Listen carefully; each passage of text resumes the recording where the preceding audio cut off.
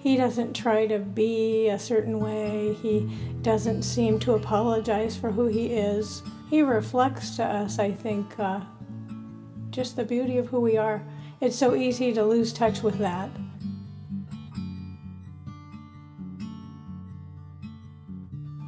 You know, we look at people like him in society and we say that he has special needs.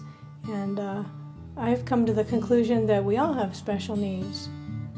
But we tend as a group not to cut each other much slack for that. But when we look at somebody like Charlie, his special needs are obvious. So people tend to really behave with him as who they are. It tends to settle even the hardest-hearted people, you know, down deeply into the essence of who they are. In my language, I have decided that Charlie is a master at loving outside the lines.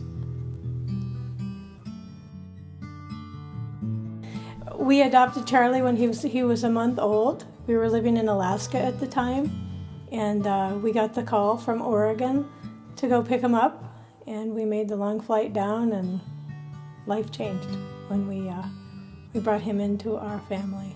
He made us a family. He was our first child.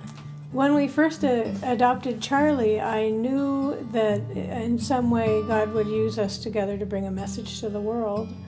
And I didn't know what that would look like, but it was just this knowing that I had deep inside.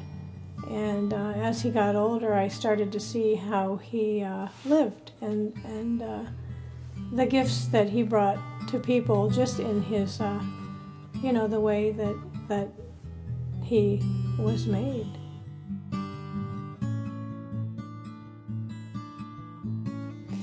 When I was doing hospice work in Texas, in Southwest Texas, and I would go to a lot of memorial services.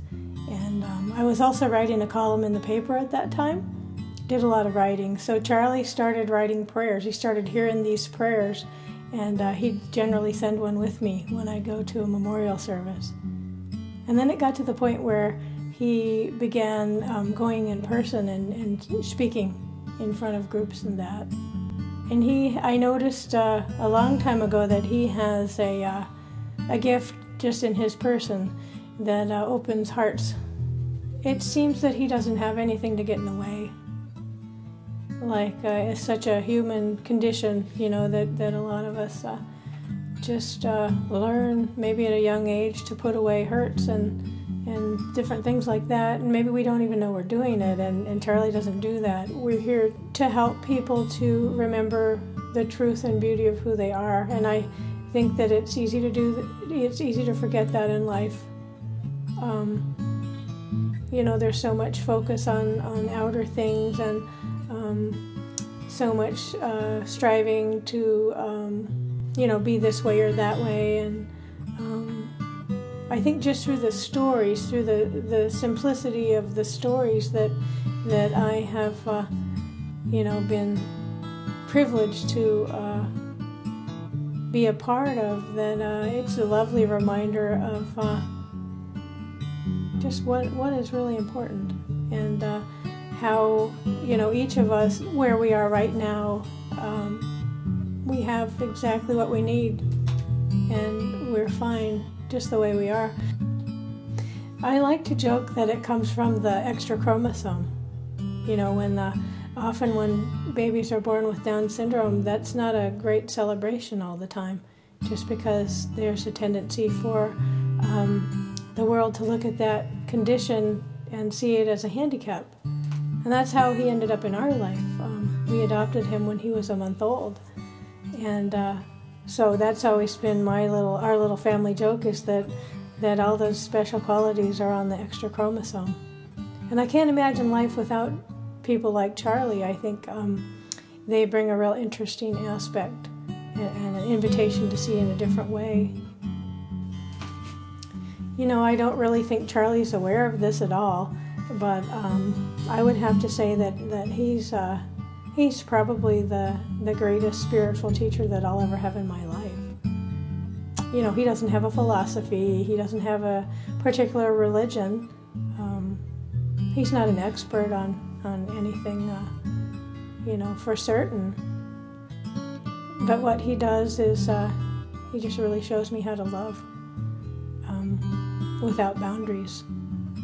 You know, I'm a person like a lot of people. I've explored a lot of different things in my own search, you know, for peace and joy in my life. And,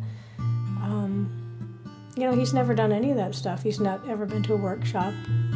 He doesn't have self-help books. He just is. And it's as if, to me, he hasn't forgotten who he is. He's held on to that.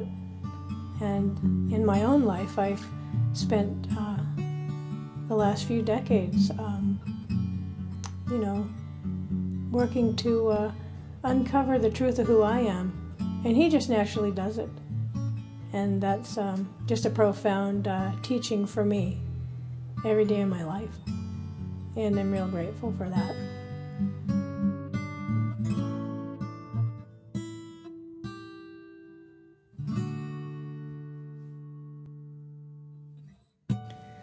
The heart is shining in love, bright is good, and all of the people who cares.